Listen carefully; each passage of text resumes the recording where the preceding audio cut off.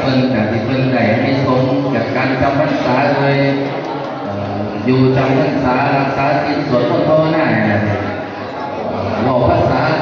ชาวบ้านก็ไปขอแบ่งนั่นเองไปขอแบ่งเงินสมนั่นเองก็สิ่งที่ไหนทำแล้วไปขอแบ่งเอาในสงเอาอันนี้สงของศีลเอาในศีลเอาในสงของการภาวนาการทำมนต์สวดมนต์จากเพิ่นพาภิกษุอยู่ได้มีความสะดวกเอาในสงแถวความสะดวกเพิ่นมีความมักหน่อยสะดวกอยู่พอเพียงเข้าไปขอจากเพิ่นสรุปแล้วจะมีจริงมีจริงเนี่ยแต่ว่าเขาเชื่อหมอเชื่อวิทยาศาสตร์เดี๋ยวบอกว่าที่แล้วข้อเล็กตลอดไขมันวิตามินบีหรือบี12 13เลือดที่ไขมันน้ำเขาเสื้อเราไว้เขาเสื้ออย่างการว่าดวงเนี่ยในพุทธศาสนาทุกพลังงานจะเรียนนะโอเคไม่จริงที่มันห่ออยู่โลเลียร่างกายมันโลเลียคือมันเข้าไปในห้องเลยพลังงานเลือดก็ได้มีหลายสังเกตเป็นของสังเกตเป็นของเลยผู้ใดมาเที่ยวไกลจะช่วยหรือว่ามีพลังงานไหนพลังงานส่วนไหนแล้วคนที่เขาไปเดี๋ยวท่านประธานจุดถูกเทียนกันให้พนมมือขึ้นเด้อ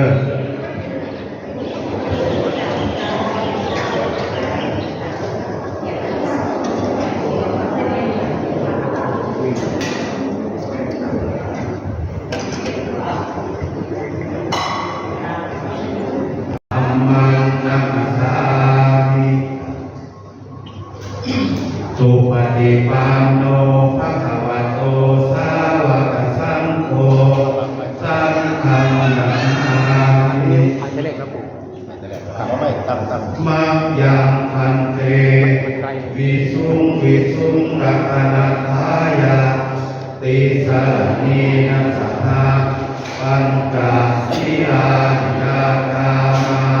ธัมมังนัมสสามิสุปฏิปันโนภะคะวะโตสาวกสังโฆสังฆังนามิมัจยังพันเตวิสุงรัตนัฏฐายาติสรณีนัสสหะปัญจสีอานิยตามาทุติยัมปิมัจยังพันเตวิสุงรัตนัฏฐายาติสรณีนัสสหะปัญจนะโมตัสสะภะคะวะโตอะระหะโตสัมมาสัมพุทธัสสะนะโมตัสสะภะคะวะโตอะระหะโตสัมมาสัมพุทธัสสะนะโมตัสสะภะคะวะโตอะระหะโตสัมมาสัมพุทธัสสะนะโมตัสสะภะคะวะโตอะระหะโตสัมมาสัมพุทธัสสะพุทธังสรณังคัจฉามิพุทธังสรณังคัจฉามิธัมมังสรณังคัจฉามิสังฆังสรณังคัจฉามิสังฆังสรณังคัจฉามิทุติยัมปิพุทธังสรณังคัจฉามิทุติเตนะมานังนานาตินาวิตินาทิตวามุนิโสตันเตสะสะภะวะตุเตสะยะมังคารานิมานาติเนกะมะภิวัตติกะตาปะระเตโนรังปะนาลวะกะมะกะมะนาลยะกะมะเตสุตังวิตินาทิตวามุนิโสตันเตสะสะภะวะตุเตสะยะมังคารานินาราคิเรภะตะวะนังปะฏิมาสัพพุตังนาวาคิตังกัมมะสะเนวะสุรานุรักขังเนตังมุเตนะวิตินาทิตวามุนิโสตันเตสะสะภะวะตุเตส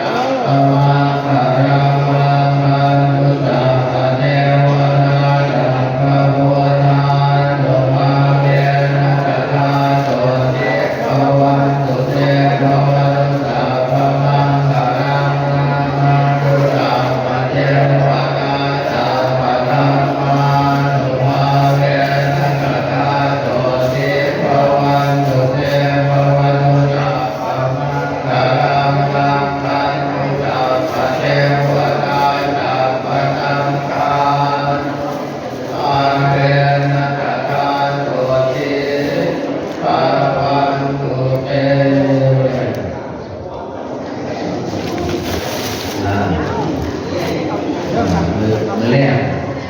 เราก็ไม่เตี้ยเราเคยเห็นเตี้ยเรามากเราก็เตี้ยหลังจากให้คนมาเรียกแล้วว่าเข้าบุญเนี่ยเพราะว่าเขาไม่เมื่อเข้าบุญเนี่ยเราตาเราตาต่อแล้วเราไม่อยากเรียกบุญในเราเป็นบุญในเขา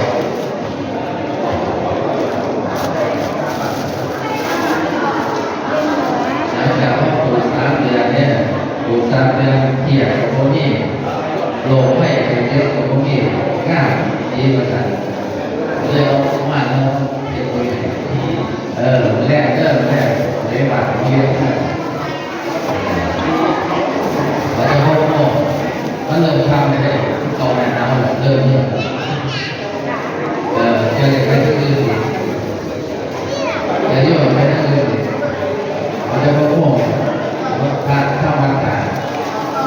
โยมมาบอกกันเลยเดียวในพื้นที่เขาเนี่ยแล้วมันรักษาหรือว่าหาภาวนาที่นี่พิธีกรรมเลยที่เขาเสือเป็นพื้นที่คือว่าทางเทโวนะแต่ว่าเทโวจากพื้นที่ว่าพระเจ้าพระสาเกตอาจารย์เพื่อประกาศศาสนาเนี่ยให้ภาษาอีกถึงไปสวรรค์ถึงไปสวรรค์เราเลยเพื่อไม่เทศน์พระมหาตลอดภาษาเนี่ยพระเจ้าภาษาเทศน์ทำภาษาเราเป็นเทศน์ตัวเทวดาปาโลเมียเป็นพระมหานั่งเรียนทางไม่ได้เกิดอยู่สั่นดูเก็บตัวรู้ว่าฟังเทศน์ดูเราเลยสวรรค์เราเลยไม่ต้องมีหมอไปสู้แน่มีเจดีย์ในจุฬาไม่มีเจดีย์แน่เอาพระการสามไปเอาพระเขียวแก้วพระเจ้าให้บรรจุเลยก็จะมีทำสัมภาษณ์เพื่อเดินทำสัมภาษณ์ชาวบ้านเข้าเลยเพราะว่าพระเจ้าไม่แสดงเข้าแสดงเอาที่เข้าแสดงคำที่ตลอดภาษาเราอยู่จำภาษาแล้วเยอะมันจะโลกมากที่เทโวโลนะเทวะโอโลกันนะไม่ว่าการสามโลกการข้ามโลกการสวรรค์การสัตว์เราเทโวโลที่เช่าในท้องที่อธิบายโอ้เช่าโลกเลยเช่าโลกต่อโลกอ้อยอะไรอย่างที่เราต้องรับโลกอีกไม่เห็นภาษาลีบุตรภาษาลีบุตรนั่งสมาธิเขาอยากจะถามพระเจ้าเลยพระพุทธเจ้าที่มาเลยไม่ได้บ่นภาษาลีบุตรของพระนักการใส่กระแทกนิดขึ้นเป็นสวรรค์กันเราไปถามพระพุทธเจ้าที่รู้ว่าโลกหญิงก็เขาก็อยากไปชมว่าอยากไปเจ้าที่สวรรค์เลยพระเจ้าเลยบอกว่าขอภาษามีพระสมมาเนี่ยเดินเพราะว่านั่นน่ะ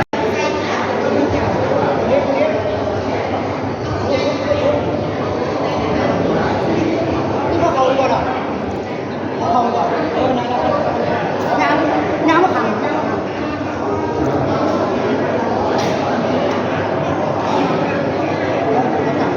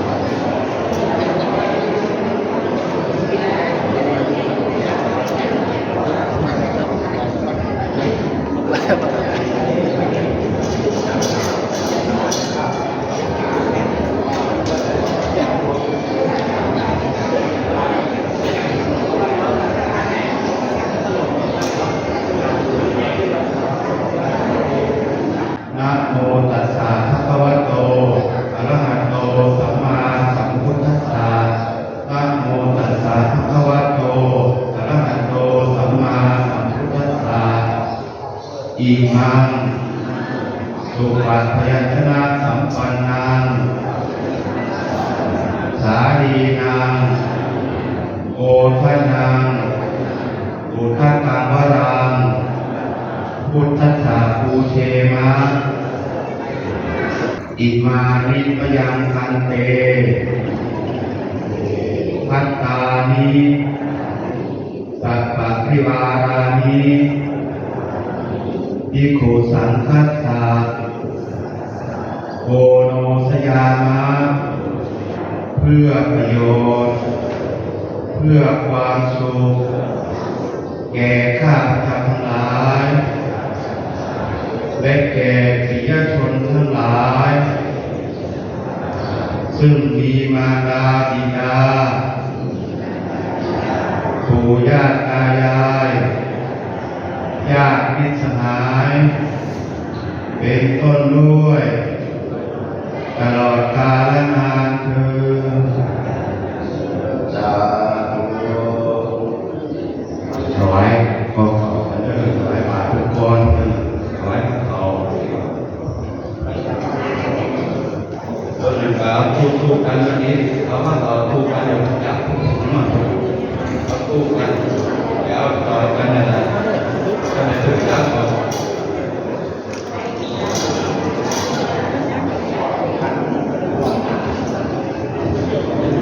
เข้ามาละข้าเจ้าถวายหรือเปล่า